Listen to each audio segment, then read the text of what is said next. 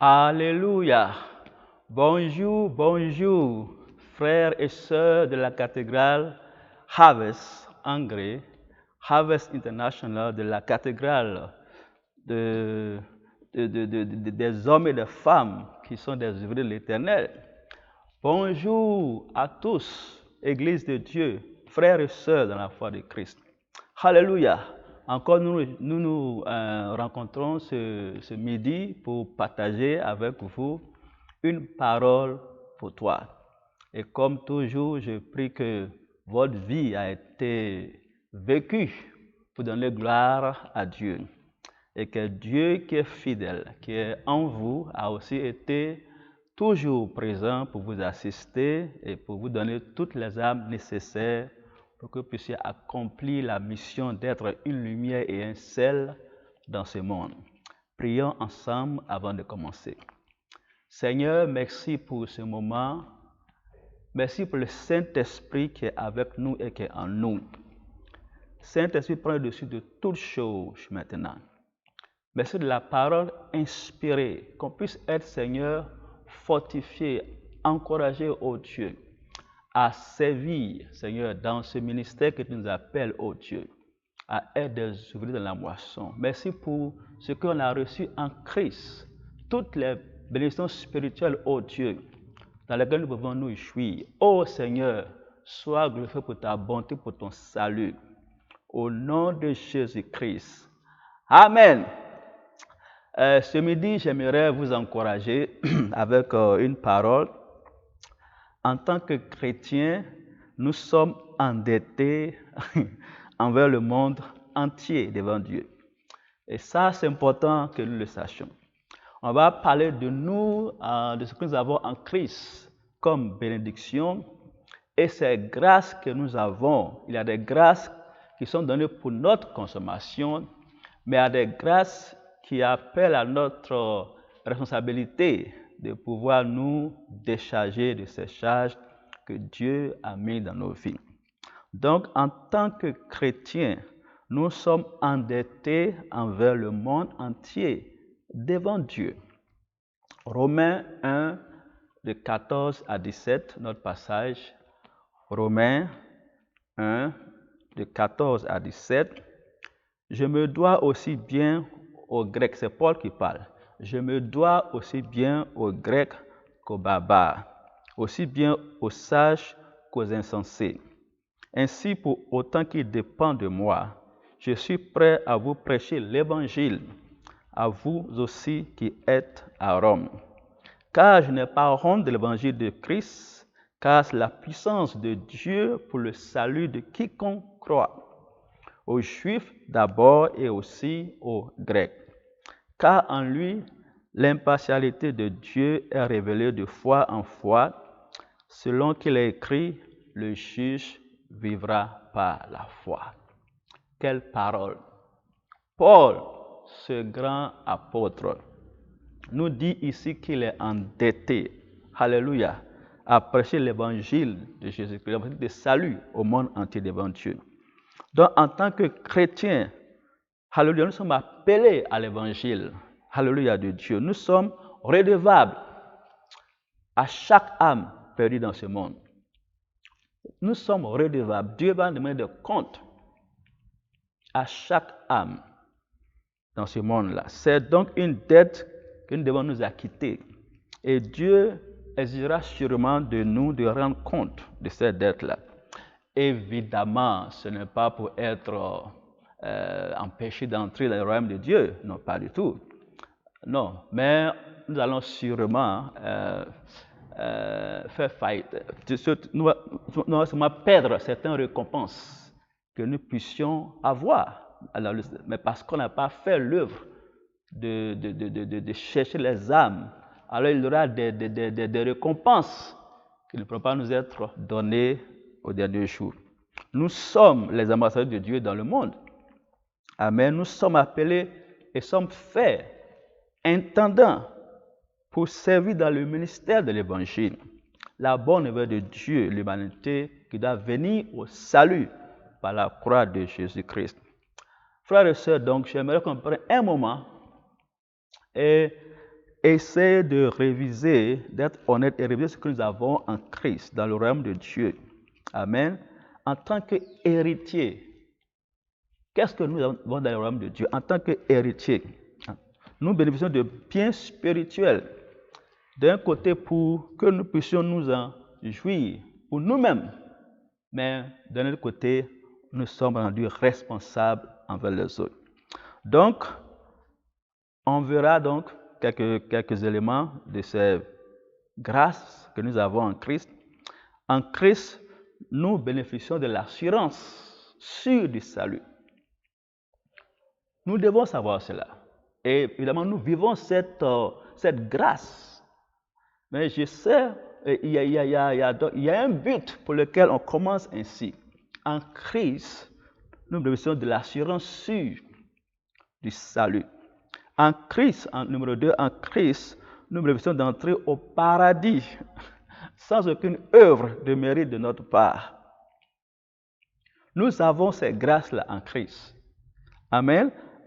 3. En Christ, nous bénéficions de toutes sortes de bénédictions spirituelles de Dieu, du ciel venant à nous sur la terre, maintenant même. Nous avons des grâces spirituelles célestes qui nous sont données maintenant sur la terre. 4e point. Pourquoi donc est-il nécessaire de discuter de ces bénédictions spirituelles célestes avant de nous attarder sur d'abord l'objet de cette exhortation qui est que nous sommes ambassadeurs. C'est aussi une grâce que nous avons en Christ, d'être ambassadeurs. En tant qu'héritiers, nous avons cette grâce-là, d'être ambassadeurs de Dieu sur la terre. Amen. Et donc, en dernier point, on verra donc ce que c'est qu'en Christ, nous avons d'être intendants de Dieu comme ambassadeurs. Amen. Donc, le premier point, donc, en Christ, nous bénéficions de l'assurance sûre du salut. Ceci est important parce que c'est vrai qu'on parle de harvest, on parle de moisson, on parle d'aller chercher les âmes, gagner les âmes, mais nous pouvons même maintenant prendre un moment et reconnaître ce que nous avons en Christ. Toi et moi, on a l'assurance sûre du salut. Amen. Nous avons en Christ, nous sommes justifiés devant Dieu, hommes comme femmes. Nous avons donc la grâce d'échapper au jugement dernier. C'est un sujet de réjouissance pour nous. En tant qu'ouvriers de Christ, ouvriers de la moisson, prenons un temps pour pouvoir examiner et pour contempler ce que nous avons en Christ. Cela nous permettra de voir la moisson. Vous savez, l'objectif, c'est qu'on puisse voir l'état de la moisson. Nous avons en Christ, nous qui sommes nés de nouveau, l'assurance sûre de notre salut en Christ. Parce que Dieu nous a déclarés justes par Christ. Dans Romains 3, de 21 à 26, il parle de cela, que nous avons été déclarés justes. Amen, devant Dieu. Dans le 4, il dit, étant justifiés gratuitement par sa grâce, par la rédemption qui est en Christ Jésus. Nous sommes justifiés gratuitement par la grâce. Parce que par l'œuvre que Jésus a fait sur la croix. Amen. Dieu donc nous a établis comme justifiés, comme justes devant lui. Il y a des hommes et des femmes qui doivent aussi recevoir cette grâce-là. Amen. Dans Hébreux 2, de 3 à 4, il dit que nous avons, comment échapperons-nous donc si nous négligeons un grand salut? Donc Dieu nous interpelle. Comment le monde, les autres dans le monde, vont échapper à un tel grand salut? Amen. Mais nous avons cette grâce-là de pouvoir être ceux qui vont partager avec lui ce grand salut qui est en Christ Jésus-Christ. Amen. Donc on rend témoignage donc par des signes et des prodiges, par des miracles et des dons spirituels, afin que le monde entier sache que Dieu a une volonté de sauver les âmes de la terre. Amen. Donc prenons un moment pour prier ensemble et dire merci à Dieu et que nous puissions aussi nous réjouir jour et nuit constamment, toujours, rendre grâce à Dieu pour notre salut qui est assuré. Amen. Nous avons déjà cette alliance en Christ qui nous donne cette grâce, que nous sommes justifiés devant Dieu. Seigneur, merci. En ce jour, j'aimerais interpeller mes frères et mes sœurs à prendre un moment à considérer ce que nous avons en Christ, l'assurance du salut. Un sujet pour nous de joie, de reconnaissance aussi de joie. Que nous puissions, ô Dieu Tout-Puissant, être reconnaissants et nous réjouir en tout moment que nous sommes sauvés, que nous sommes rachetés, que nous sommes épargnés du jugement dernier. Amen. Et que nos yeux s'ouvrent aussi pour les hommes et les femmes qui doivent entrer dans ce salut-là, dans cette assurance de salut. Second point, nous bénéficions d'une entrée au paradis. C'est important de savoir. Nous savons que nous avons l'accès au paradis sans aucune œuvre de mérite de notre part. Dieu est en train de te parler à toi et à moi, ce que nous avons en Christ. Et que Dieu dit que tout homme puisse y entrer. Nous avons cette assurance que nous allons entrer dans le paradis de Dieu, c'est-à-dire dans le repos éternel de Dieu. En Christ Jésus, nous sommes déjà dans ce paradis-là. Car c'est une garantie par le Saint-Esprit. Nous sommes scellés par le Saint-Esprit qui vit en nous. C'est une garantie sûre que si toi et moi aujourd'hui nous quittons ce monde-là, on a accès au royaume de Dieu. Amen. C'est quelque chose qui est un sujet de joie pour nous. Mais c'est une garantie éternelle scellée par le Saint-Esprit vivant en nous. Dans Éphésiens 1, de 13 à 14. Éphésiens 1, 13 à 14, il est écrit: en lui, vous aussi, vous êtes confiés, après avoir entendu la parole de la vérité, l'évangile de votre salut, en qui aussi, après avoir cru, vous avez été scellés du Saint-Esprit de la promesse, lequel est le gage de notre héritage jusqu'à la rédemption de la possession acquise à la louange de sa gloire. Oh mon Dieu!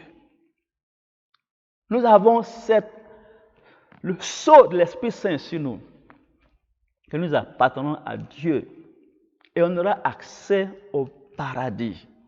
Le paradis, c'est là où Dieu règne, là où Dieu règne, là où Dieu règne. La présence de Dieu, c'est ça le paradis. On a ce paradis-là déjà en nous, en Christ. Il y a un frère, il y a une sœur dans le monde qui doit recevoir ce paradis comme nous. De voir le sceau du Saint-Esprit, afin d'avoir l'espérance d'entrer avec assurance dans le repos, dans ce paradis qui est en Christ. Amen. 2 Corinthiens 1, 21, 22 parle de ça aussi. Or, celui qui nous a affirmés avec nous en Christ et qui nous a oints, c'est Dieu, qui aussi nous a scellés. Il nous a donné les arbres de l'Esprit dans nos cœurs. Dieu a fait, alléluia, cette œuvre-là pour nous. Dans le livre de l'Apocalypse, il parle de la nouvelle cité, la nouvelle ville, la grande cité, la Sainte Jérusalem. Et on dit que la présence de Dieu est suffisante pour donner la lumière. C'est un lieu de paradis, d'intimité avec Dieu. Mon cri aujourd'hui, c'est que toi et moi, nous puissions désirer la même chose pour les âmes perdues. Donc, prions donc, allez, pour que sa grâce et sa miséricorde, qui ne peut pas être décrite, qui nous permet de revivre même cette expérience maintenant là, prions que Dieu nous a fait grâce d'avoir accès au paradis, mais qu'aussi nos cœurs se réjouissent tellement que nous puissions aussi vouloir que les autres puissent venir dans ce paradis-là. Seigneur Jésus-Christ, nous contemplons ce que nous avons en Christ. Nous avons accès au paradis sans aucune œuvre. Nous sommes dans la reconnaissance, Seigneur, que toi, en toi, Christ, nous avons été scellés par le Saint-Esprit afin que nous puissions entrer dans ce paradis-là sans que nous présentons aucune œuvre de mérite. Nos cœurs, cependant, Seigneur, deviennent lourds envers les autres brebis que toi désires chercher et trouver, car tu es venu pour chercher les brebis qui sont perdues. Nous étions parlé de ces brebis-là, tu nous as retrouvés, Seigneur. On prie pour que nos cœurs, Seigneur, soient agrandis, ô Dieu, afin que nous soyons toujours volontiers à vouloir partager cet amour-là avec les frères et les sœurs, afin que tous sachent qu'il y a un paradis qui est garanti en Christ. Alléluia. Vous savez, quand on prend le moment qu'on commence à apprécier ce que nous avons en Christ et que notre cœur est sincère envers Dieu et envers nos frères, nos sœurs, envers les hommes du monde, on ne pourra pas s'empêcher que de vouloir partager avec eux cette bonne nouvelle. Donc, on fait cet exercice-là pour nous éclairer encore plus, afin que nous soyons encouragés de la nécessité. En Christ, on a déjà deux choses. L'assurance de notre salut, c'est-à-dire que Dieu nous a justifiés, nous sommes en Christ, nous sommes sauvés, nous sommes justifiés comme justes devant Dieu. On a l'assurance d'entrer au paradis de Dieu. Troisième point, en Christ, nous bénéficions de toutes les bénédictions spirituelles de Dieu venues du ciel à nous. Dans Éphésiens 1, 3, nous disons: béni soit le Dieu et Père de notre Seigneur Jésus-Christ, qui nous a bénis avec toutes sortes de bénédictions spirituelles dans les lieux célestes en Christ. Ce sont des bénédictions spirituelles qui viennent du ciel, qui nous sont données, pour que nous puissions nous réjouir de ces bénédictions-là sur la terre. Maintenant, il y a deux volets. Il y a la partie où nous consommons ces grâces-là. Il y a la partie où nous les consommons. Mais l'autre partie, nous sommes rendus responsables, intendants, à partager ces grâces avec d'autres personnes. Amen. Il est de notre responsabilité donc d'en profiter de ces grâces. On a le droit en Christ de nous réjouir de ces grâces, de ces bénédictions en Christ. C'est notre héritage. Amen. Et il y en a beaucoup. Il y a beaucoup de grâces reçues en Christ. Amen. Ces grâces-là, elles sont spirituelles et aussi physiques. Des grâces spirituelles, des grâces aussi physiques dans notre vie quotidienne, notre vie de tous les jours, notre vie physique. Il y a des grâces. Et Dieu même désire. Amen. C'est ça important. Dieu désire que nous puissions en profiter des dons spirituels dans nos vies spirituelles, dans nos vies naturelles, nos vies physiques. On arrive à quelques points importants. Que personne donc ne vous trompe de croire au contraire. Dieu veut que tu te réjouisses dans cette vie-là. Oui. Dieu veut que nous soyons physiquement en bonne santé, ainsi que spirituellement sains. Il veut les deux, spirituel et naturel. Dieu veut que nous prospérions aussi bien dans les bons besoins que dans les bonnes actions spirituelles. Dieu veut que nous vivions paisiblement envers nous-mêmes. Il veut la paix. Amen. Dieu veut que nous vieillissons, vivons longtemps. Oui, sur la terre. Dieu veut que nous soyons correctement vêtus. Dieu veut que nous soyons nourris au maximum, que nous soyons satisfaits de bonne vie. Amen. Dieu veut que nous soyons habités de manière appropriée. Dieu veut que nous soyons accomplis dans nos objectifs, dans nos ambitions, bien sûr les bons et les bonnes ambitions. Dieu veut que nous puissions vivre en abondance sur cette terre-là. Au cas où on commence à se demander, mais ma vie, oui, je suis la personne, et moi-même, Dieu veut que tu te réjouisses la terre, mon frère, ma soeur. Que tu aies une vie paisible. Que tu puisses te réjouir de ta famille, des biens, des ressources de cette terre. Dieu veut que tu te réjouisses de cela. Amen. Dieu veut que nous vivions en paix aussi avec lui. Le côté maintenant spirituel de la chose, des grâces de Dieu. Dieu veut que nous grandissions éternellement avec lui. Dieu veut que nous soyons revêtus de la robe de justifiés. Dieu veut que nous vivions pleinement par la parole spirituelle. Dieu veut que nous soyons habités dans sa présence. Qu'on ait un abri dans sa présence. Dieu veut que nous vivions pour accomplir sa volonté sur la terre. Lui donne la grâce sur la terre. Ça, c'est aussi la volonté de Dieu. Le côté naturel et le côté spirituel. Dieu veut que nous puissions nous réjouir de toutes ces grâces-là, qui sont spirituelles et naturelles. Également, Dieu n'a aucun problème pour que toi et moi nous puissions vivre paisiblement dans l'abondance sur cette terre. Avant de faire des remarques sur ce point-là, prions d'abord un instant. Prions et rendons grâce à Dieu parce qu'en Christ, il nous a donné les ressources et les biens de la terre, aussi bien que les ressources et les biens spirituels célestes, afin que nous puissions nous réjouir librement, nous jouir de ces bénédictions librement. Révélation Dieu. Mon Dieu, merci. Seigneur, tu n'as aucun problème. Et cela doit être ancré dans nos cœurs, que nous puissions nous réjouir, bof sur le plan spirituel et sur le plan naturel dans ce monde-là.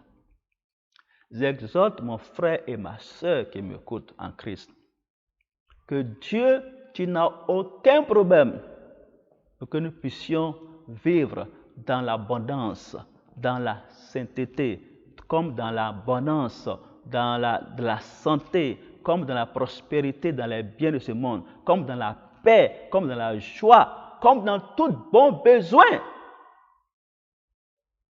Comme tu veux que nous puissions prospérer dans les choses spirituelles, vivre de toute gloire sur la terre. Frères et sœurs, cette parole aussi simple et profonde. Parce que nous devons aller dans un monde où les hommes vivent seulement que pour ce monde. Alors prenons garde de les juger. Quand nous avons des besoins, nous devons être honnêtes. Dieu n'est pas contre les besoins naturels. Amen. Donc, nous avons cette grâce d'approcher ce monde-là avec un esprit ouvert, un esprit sage. Maintenant, ma question suivante qui va plus aller encore en profondeur dans ce petit passage-là. Pourquoi la nécessité de citer notre bénédiction spirituelle céleste avant de parler de notre dernière bénédiction qui est d'être ambassadeur de Dieu sur la terre? Cette question est venue parce que au moment où je parle, c'est comme il y a eu une méditation encore profonde de la chose. Pourquoi il est important? On parle des ouvriers, des moissonneurs. Et pourquoi il est important que nous prenions un moment de pouvoir réviser, examiner ce que nous avons comme bien spirituel, comme bien naturel en Christ? Quelques remarques donc. Paul qui parle. Paul dit quelque chose d'important ici, et lisons un peu longtemps dans Philippiens 4, 10 à 14. Oh, je me suis grandement réjoui dans le Seigneur de ce que maintenant, afin que vous avez fait revivre votre souci pour moi, quoique vous étiez aussi soucieux, mais vous manquez d'occasion. Je ne dis pas cela à l'égard de mes besoins, car j'ai appris dans quel état que ce soit à être content. Paul dit, j'ai des besoins, mais j'ai appris dans quel état que je sois à être content. Je sais être dans l'abaissement et je sais être dans l'abondance. Partout et en toutes choses, j'apprends à être rassasié et à avoir faim, à être dans l'abondance et à être dans le besoin. Paul qui parle. 13. Je puis toutes choses par Christ qui me fortifie. Néanmoins, vous avez bien fait de prendre part à mon affliction. Paul parle encore dans 1 Timothée, chapitre 6, versets 6 à 8 et 17 à 19. Verset 6. Mais la piété avec le contentement est un grand gain, car nous n'avons rien à porter dans ce monde et il est évident que nous n'en pouvons rien emporter. Et ayant nourriture et vêtements, contentons-nous donc. 17. Ordonne à ceux qui sont riches dans ce monde de n'être ni hautains ni mettre leur confiance dans l'incertitude des richesses, mais dans le Dieu vivant qui nous donne richement toutes choses pour en jouir. 18. Qu'ils fassent du bien, ces hommes riches, qu'ils soient riches en bonnes œuvres, prêts à donner, disposés à la générosité, s'amassant un solide fondement pour l'avenir, afin qu'ils saisissent la vie éternelle. Alléluia. Nous sommes exhortés des Écritures à être satisfaits à n'importe quel stage de notre vie dans lequel nous nous trouvons. On doit apprendre à être dans le contentement, dans l'état où nous sommes. De plus, nous sommes aussi également exhortés à être prospères dans les bonnes actions et à croire en Dieu pour répondre à tous nos besoins, ainsi que être prospères dans nos affaires spirituelles. Cependant, dans tout cela, nous devons donner la priorité aux choses spirituelles, bien aussi au-delà des choses physiques. Car les choses physiques sont temporaires, elles sont passagères. Mais les choses spirituelles, frères et sœurs, demeurent éternellement. Et elles contribuent à notre récompense spirituelle. Cela est important. Notre priorité est très, très, très appelée ici. Amen. Maintenant, je ne suis pas ignorant de la vie pratique. Nous avons tous des besoins à satisfaire dans nos vies physiques. Et même pour pouvoir jouir d'une bonne prospérité, dans n'importe quelle bonne chose que nous pouvons avoir sur terre, nous sommes capables de nous offrir cela. De plus, j'ai aussi une vérité à réaliser, à vous donner. Nous savons tous à quel point il est stressant de se battre dans la vie pour joindre les deux bouts. Des réalités que nous vivons au jour le jour. Je vais être personnellement honnête avec vous. Quand on est frustré quelque part, on est frustré. On ne peut pas dire tout est bien pendant qu'on a un besoin nécessaire et on est frustré. Mais Dieu veut t'encourager, mon frère et ma soeur, que nous pouvons vivre dans le contentement. Comment?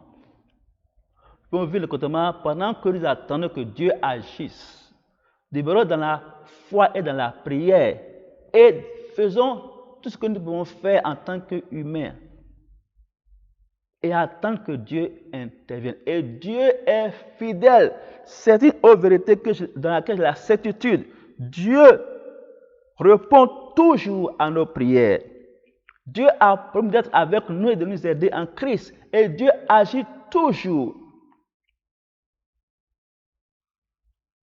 On n'est pas encore là où nous devons être. Mais là où Dieu nous a mis aujourd'hui, on doit apprendre à se réjouir et être content dans le contentement. Cela est important, car en tant qu'ouvrier, on doit vivre au-dessus d'être frustré. On doit avoir le cœur allégé, le cœur qui est content. Amen. Qui vit dans le contentement, dans ce qui est nécessaire, quelle que soit la qualité, qui apprend à vivre dans le contentement. Amen. Car au fait, notre contentement est plus dans les choses spirituelles que dans les choses physiques. Amen. Dieu a fait une promesse à tout le monde ici. Matthieu 6, 31, 34. Il dit, ne vous inquiétez donc pas en disant, que mangerons-nous et que boirons-nous ou quoi que serons-nous vêtus? Les besoins naturels. Ne soyez pas inquiets. Car ce sont les gentils qui cherchent toutes ces choses. Ça, c'est Jésus qui nous parle. Car votre Père Céleste sait que vous avez besoin de ces choses-là. Donc Dieu sait que j'ai des besoins naturels. Mais cherchez premièrement le royaume de Dieu et sa droiture. Et toutes ces choses seront ajoutées par-dessus. Une promesse. Comment agir dans le besoin. Comment agir pendant qu'on attend que Dieu agisse dans nos vies. En fait, de nous sortir de certaines frustrations, Dieu dit, d'abord, cherchez le royaume de Dieu. Cherchez à faire les choses spirituelles, à être des ouvriers dans la moisson. À être après la moisson. Et il fait une promesse. Tous ces choses seront ajoutées par-dessus. Ne vous inquiétez donc pas pour le lendemain, car le lendemain prendra soin de lui-même. À chaque jour suffit sa peine. Dieu a été toujours fidèle. Toi et moi, nous pouvons témoigner. Dieu a toujours apporté l'aide. Dieu a toujours été présent. Dieu ne nous a jamais laissé tomber. Ça, nous sommes sûrs de cela par expérience. Et Dieu promet qu'il va nous conduire, même au-delà de nos besoins, de nos attentes, mais dépendant de la foi, de la prière, de la patience, faisant avec un cœur de contentement, un cœur paisible, un cœur qui vit au-dessus d'être frustré, les choses de Dieu. Alors Dieu promet qu'il va nous conduire. Amen. À nous bénir. Alléluia. Alléluia. Alléluia. Nous sommes honnêtes. Si nous pouvons avoir plus, parfait. Mais le peu que nous avons, Dieu dit, sois content pour le moment et réjouis-toi et fais l'œuvre de Dieu. Si nous sommes capables de gagner plus de la vie, et nous ne nous en empêchons pas. Ne soyons pas coupables d'avoir la prospérité. Non, c'est une bonne chose d'avoir la prospérité. Si nous pouvons le faire, et quand ça arrive donc, mais si nous ne pouvons pas le faire maintenant, apprenons à être dans le contentement maintenant. Amen. Car Dieu nous donne toutes choses pour notre contentement. Travaillez donc honnêtement. Gagnez une vie décente. Prospérez si vous le pouvez sans vous corrompre avec le péché. Profitez de votre vie de famille. Soyez un bon citoyen. Soyez un artisan de la paix. Un homme généreux et une femme généreuse. Parce que les hommes et les femmes de la moisson doivent voir cet homme, cette femme, ce chrétien qui vient à eux. que nous sommes honnêtes dans notre marche avec Dieu. Tout ce qui est licite a été donné dans notre capacité de vivre. Et pour nous les chrétiens en Christ, nous avons la pleine autorité de vivre sur cette terre paisiblement. Amen. Aussi, rappelons-nous encore notre exhortation. Nous avons aussi une capacité spirituelle de Dieu à la fois de vivre une vie digne de rendre gloire à Dieu et aussi d'être une lumière et un sel. Nous revenons à notre sujet, à notre point focal. Être une lumière et un sel aussi dans notre capacité spirituelle en tant que chrétien. Pas seulement de faire une vie paisible sur la terre, une vie de contentement sur la terre, mais on doit aussi savoir que Dieu nous donne la puissance d'être des lumières et des sels sur la terre, afin que beaucoup puissent échapper au jugement dernier. Donc, allons rapidement sur notre objectif. Mais d'abord, prions d'abord que nous ne soyons pas froids ou tièdes. Ça, c'est important. Prions pour que nous ne soyons pas froids ou tièdes comme des témoins de Christ. Car ce monde déchu a besoin de voir des hommes et des femmes qui sont en feu pour leur salut. Car le monde, la moisson, nous cherche. Pourquoi nous avons une dette envers cette moisson? Seigneur, nous prions maintenant que nous prenions conscience de ne pas être froid ou timide, de ne pas être tiède, qu'on n'a aucune considération pour les hommes et les femmes autour de nous. Aide-nous, Seigneur, à être ravivés de l'intérieur, Seigneur, de ce zèle, Seigneur, pour voir le monde entier sauvé pour Christ. Aide-nous, Dieu, à être assoiffés, Seigneur, de voir que ton salut soit donné à toute âme sur la terre. Aide-nous, ô Dieu, à voir cela. Ne soyons pas désintéressés. Ne soyons pas désintéressés. Ne soyons pas désintéressés à l'état des âmes. Ne soyons pas tièdes. Ne soyons pas froids envers les âmes. Mais soyons plutôt actifs envers les âmes perdues. Amen. Donc, notre dernier point, donc, en Christ, nous bénéficions d'être les intendants de Dieu, comme ses ambassadeurs sur cette terre. Alléluia. Il y a une promesse, une grande récompense pour ceux qui s'appliquent à faire la volonté de Dieu avec confiance et patience. C'est un point important qu'on va développer un peu.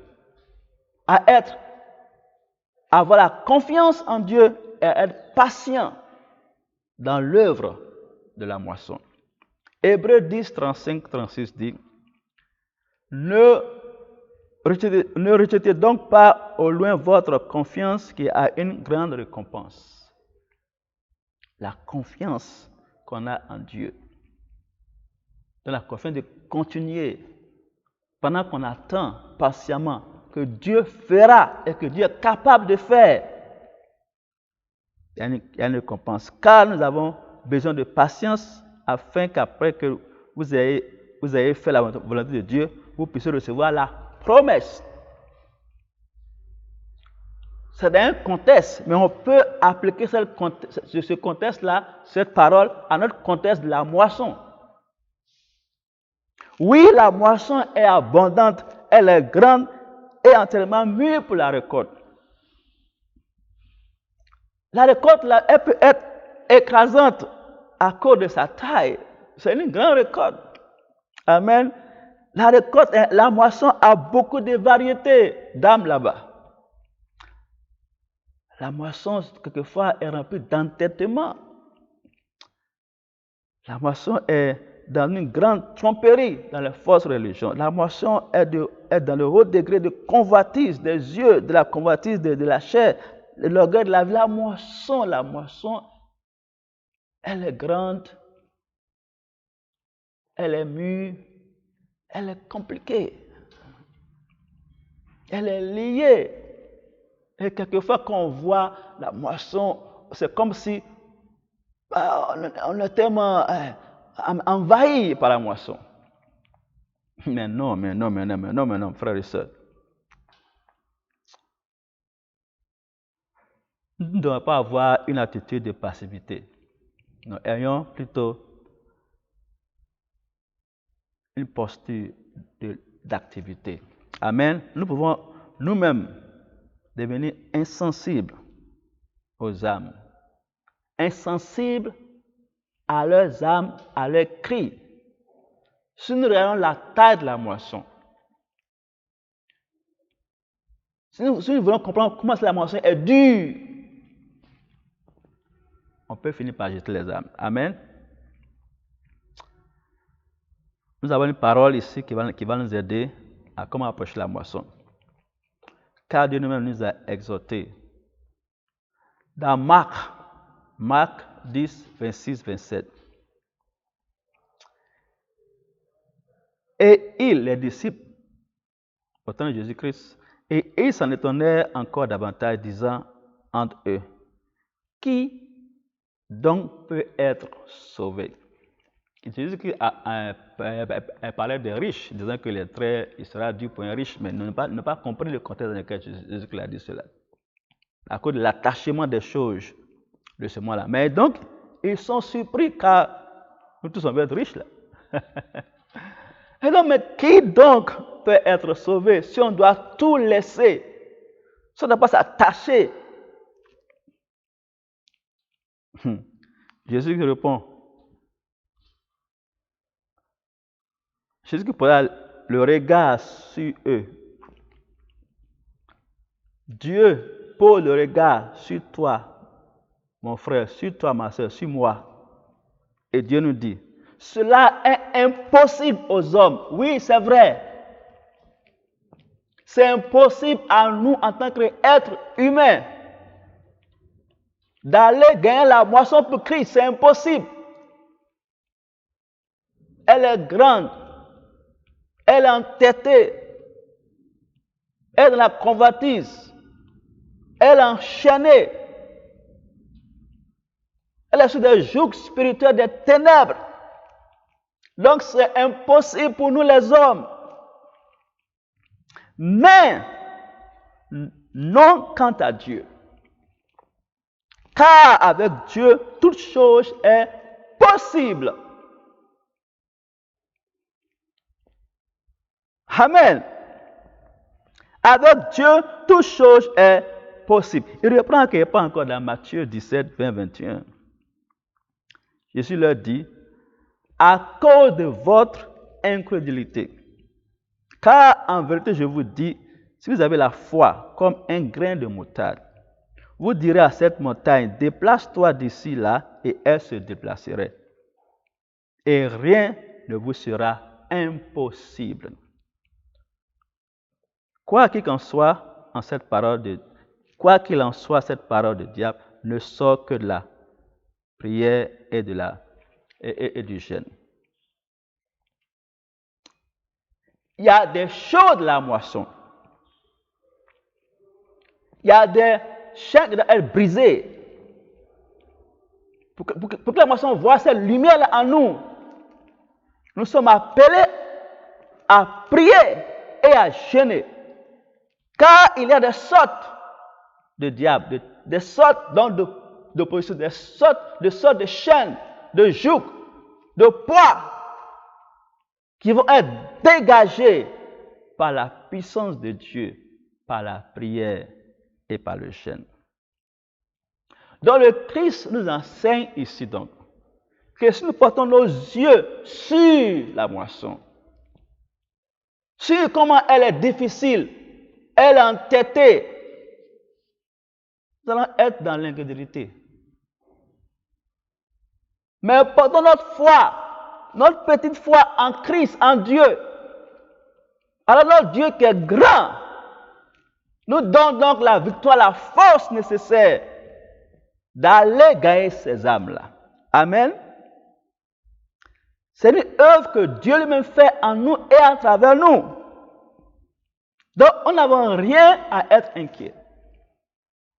Car en nous, on a tous les dons spirituels à gagner la moisson. Nous devons simplement obéir et aller et croire en Dieu et que Dieu le fera. Il nous enseigne à surmonter notre incrédulité, à ne pas regarder comment difficile la moisson est, mais plutôt à regarder comment Dieu est capable de faire de nous notre foi par la parole de Dieu. Il nous a donné une promesse. Il dit, allez et faire des disciples.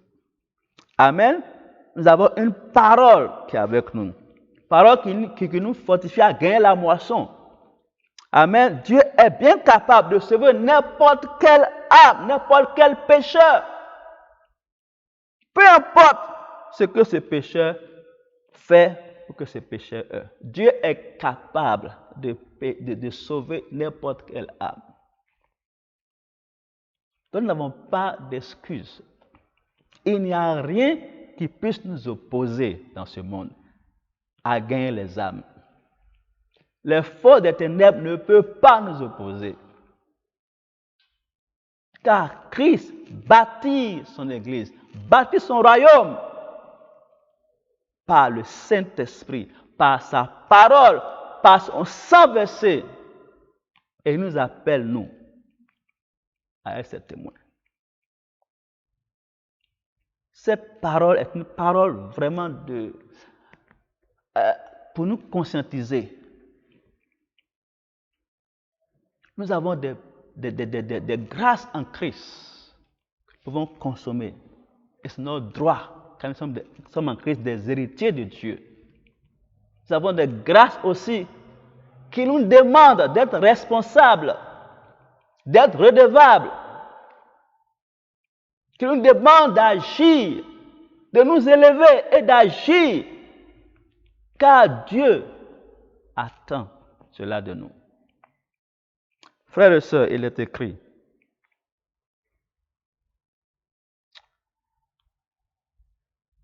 pour montrer que personne n'est hors de la portée de Dieu, personne n'est hors de la portée de l'amour de Dieu, qui a été démontré sur la croix, il est écrit dans Jean 3, 16, 17. Car Dieu a tant aimé le monde qu'il a donné son Fils unique, Jésus-Christ, sur la croix. Son sang a été versé sur la croix, afin que quiconque croit en lui, donc aucune personne n'est au-delà de l'amour de Dieu. Toute personne qui croit en Christ, Dieu sauve cette personne-là. Dieu est capable de sauver la personne-là. Afin que nul ne périsse, mais que tous aient la vie éternelle. 17. Car Dieu n'a pas envoyé son Fils dans le monde pour connaître le monde, mais afin que par lui le monde puisse être sauvé. Nous avons cette dette envers le monde. Et devant Dieu, Dieu nous rend responsables. Nous avons cette dette. Nous devons nous acquitter devant Dieu. Frères et sœurs, cette parole pour toi aujourd'hui, pendant que tu as pris peut-être ta pause, ou quand tu vas voir cette exhortation, sache que Dieu nous a bénis. Qu'en Dieu, nous avons l'assurance du salut.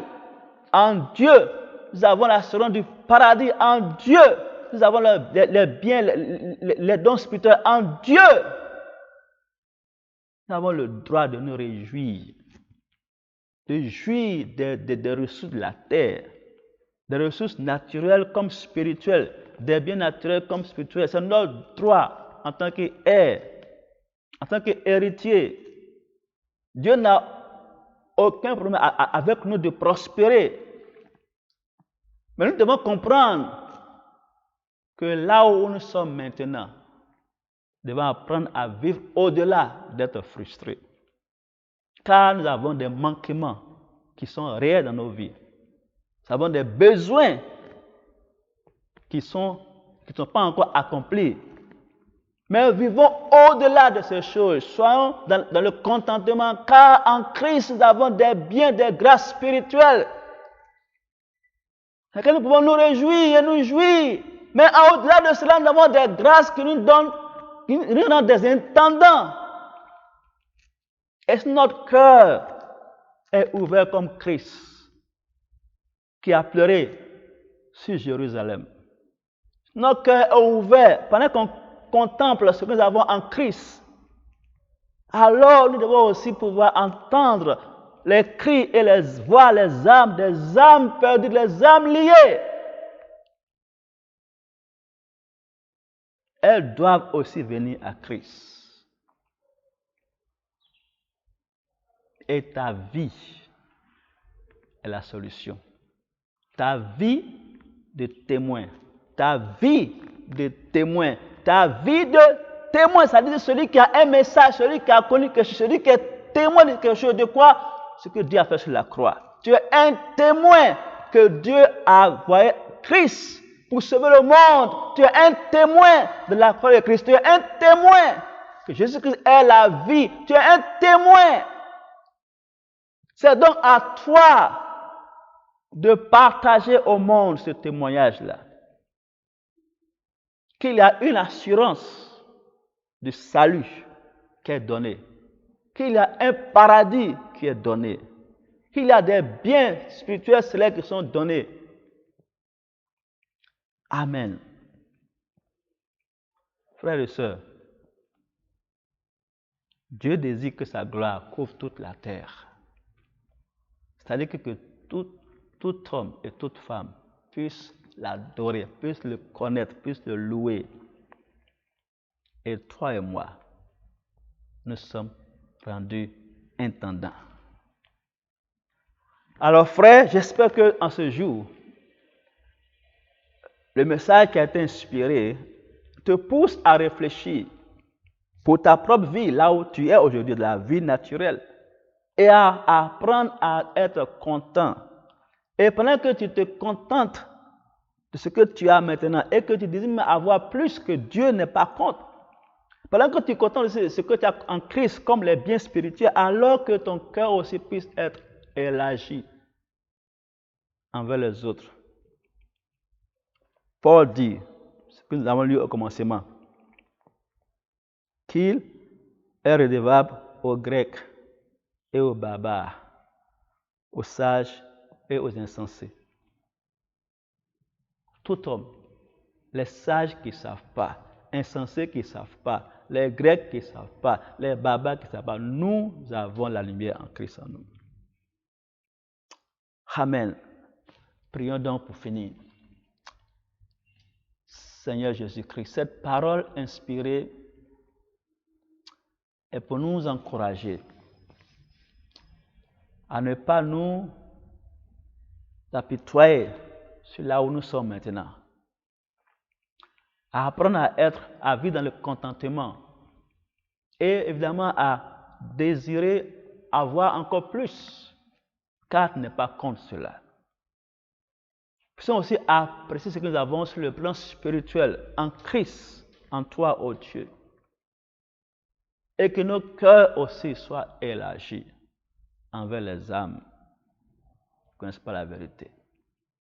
Donne-nous la grâce, ô Dieu, de pouvoir vivre au-delà de nos frustrations et avoir, Seigneur, cette vie active de témoin pour servir de lumière et de sel pour les âmes perdues, afin que tous puissent venir à toi et que tous aient accès au paradis, que tous aient cette assurance de salut en Christ.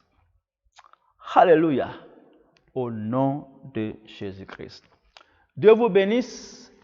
J'espère que vous avez reçu quelque chose qui va vous pousser donc à être plus engagés dans la moisson et aussi à être encouragés à vivre une vie paisible de contentement afin de ne pas être frustrés, de vivre au-delà dans ce qu'on a en Christ. Nous avons cette vie spirituelle dans laquelle nous sommes pleinement satisfaits. Au nom de Jésus-Christ. Amen. Dieu vous garde. Amen.